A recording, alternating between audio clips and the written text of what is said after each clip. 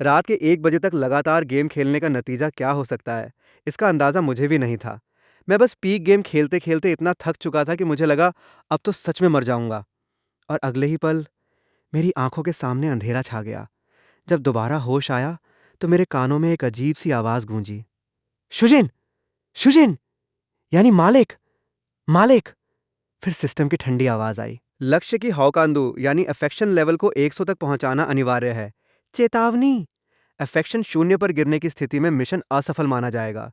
इरेशर process शुरू किया जाएगा। मैं घबरा गया। नहीं, ये कैसी बेकार की जिंदगी है? फिर से वही बोरिंग रीइंकार्नेशन?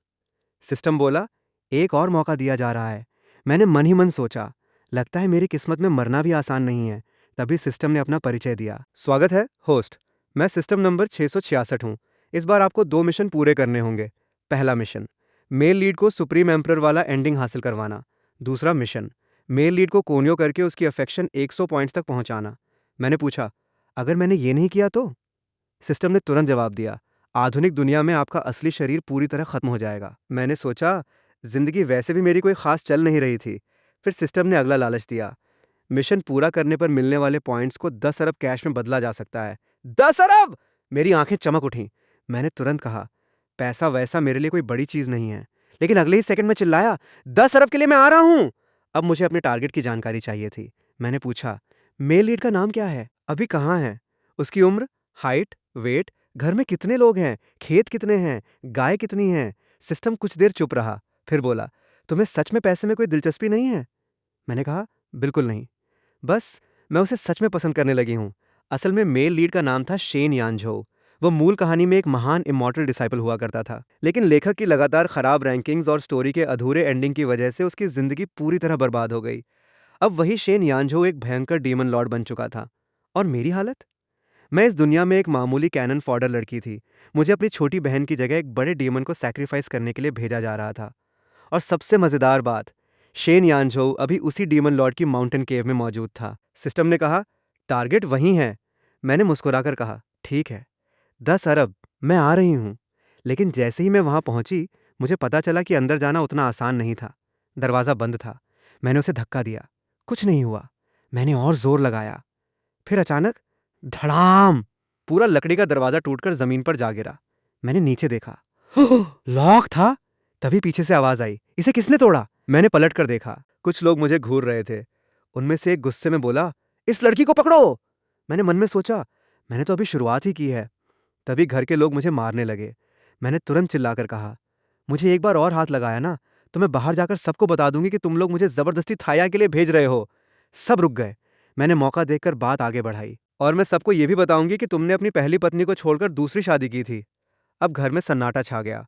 मैंने अपनी माँ की बची हुई चीजें भी मांगी। मेरी माँ की विरासत वापस करो, और 2000 कॉइन्स भी। साथ में 8 पालकी तैयार करो, तभी मैं इस शादी के लिए जाऊंगी। आखिरकार उन्होंने मेरी बात मान ली। मैं निकलते हुए अपने पिता की तरफ देखकर बोली, पिताजी, अपना ख्याल रखना, उम्र हो गई है, शरीर कमजोर है, इसलिए बाहर का खाना कम खाया करो, ज्यादा दवा भी मत खाना। फिर माँ की तरफ देखा, आप भी अपना ध्यान रखना, और मैंने दरवाज़ा बंद कर दिया। मैंने मन ही मन कहा, 10 अरब, मैं सच में आ रही हूँ। लेकिन उसी वक्त एक बड़ा डीमन मेरे सामने आ गया।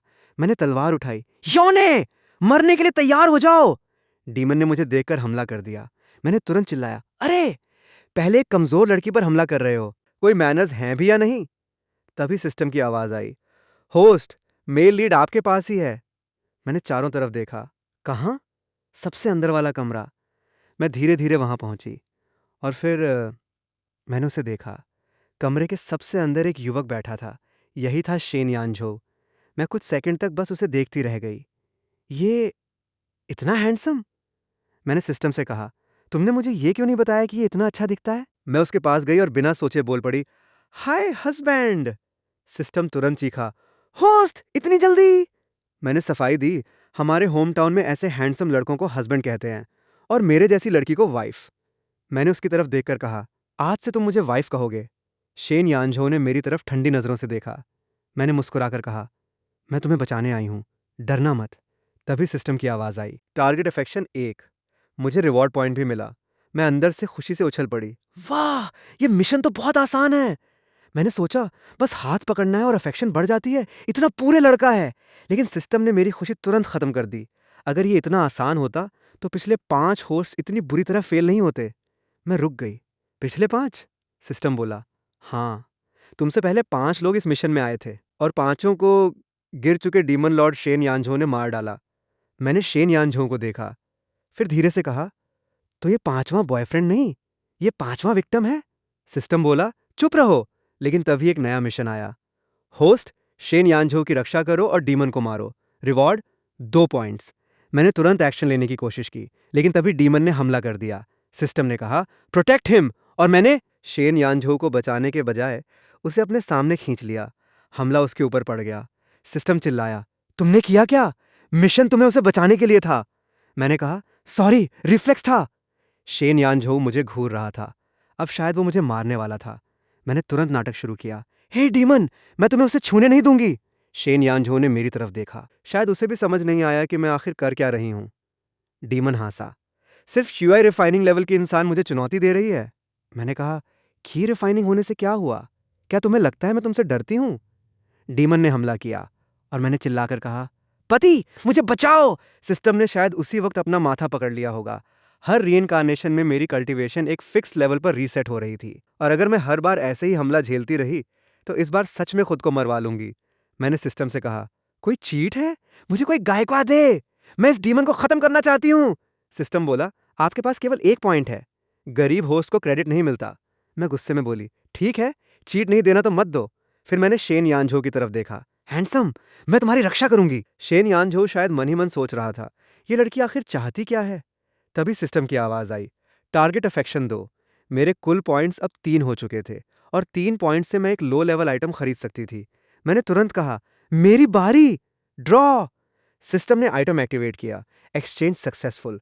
मेरे हाथ में अचानक एक विशाल एंटी डीमन आयरन हैमर आ गया। सिस्टम ने बताया, इस हथौड़े के साथ 4 मिनट का डैमेज इम्यूनिटी इफेक्ट है। मैंने हथौड़ा उठाया। अब मेरी असली बारी थी। डीमन ने मेरी तरफ देखा। तुम आखिर हो कौन? मैंने मुस्कुराकर कहा, मैं तुम्हारा बाप हूं। फिर मैं उसकी तरफ दौड़ी। आजा, आज तुझे बताती हूं। मैंने हथौड़ा घुमाया और सीधा उसके ऊपर दे मारा। कुछ ही देर में डीमन जमीन पर पड़ा था। मैंने विजयी अंदाज में कहा, बोल, कौन था कमजोर? लेकिन तभी आइटम का टाइमर खत्म हो गया। मैंने हथौड़े को देखा, फिर सिस्टम को। लगता है मैं थोड़ा ज्यादा ही शो ऑफ कर गई। लेकिन मुझे अंदाजा नहीं था कि शेन यानझो अब मुझे अलग नजरों से देख रहा था। उसने मन ही मन फैसला कर लिया था, अगर ये मुझे कोनलियो करना चाहती है तो मैं पहले इसे ही कोनलियो करूंगा, इसे अपने प्यार में पड़ने दूंगा, और जब ये पूरी तरह मुझसे प्यार करने लगेगी तब अपने हाथों से इसे मार दूंगा। मुझे इसकी जरा भी खबर नहीं थी। मैं तो उल्टा उसे देखकर सोच रही थी, मत मरना, ये ब्रोकन एक्सप्रेशन, ये कॉलर बोन, अगर इसे बांध कर रोते हुए मुझे मनाने पर मजबूर करूं तो। तभी सिस्टम चीख पड़ा, वार्निंग! होस्ट, अपने दिमाग से गंदे विचार निकालो, इंसान बनो। मैंने तुरंत इनोसेंट चेहरा बना लिया। मैंने क्या किया? शेन यानझो ने मुझे देखा। मैंने कहा, मैं ठीक हूं। फिर मैंने उसके साथ चलना शुरू किया। देखो, अब से तुम मेरे साथ रहोगे। तुम्हारे पास खाने को एक निवाला होगा तो मेरे पास भी एक कटोरा होगा। मैंने मन ही मन सोचा, आखिर मैं भी तो एक ऐसी लड़की हूं जिसे कभी किसी ने प्यार नहीं दिया। मेरे पिता को अपनी जीनियस बेटी से इतना प्यार था कि उन्होंने उसकी जगह मुझे मरने भेज दिया। मैंने आसमान की तरफ देखा और मासूम आवाज में कहा, पिताजी, आप मुझे सैक्रिफाइस करने भेज रहे हैं, लेकिन कोई बात नहीं। सब लोग उन्हें दोष मत देना। शायद ये बस उनका प्यार जताने का तरीका है। लेकिन मेरी असली योजना तो अभी शुरू हुई थी, क्योंकि मुझे 10 अरब चाहिए थे, और इसके लिए मुझे सिर्फ एक काम करना था, इस बेहद खतरनाक डीमन लॉर्ड को मुझसे प्यार करवाना था।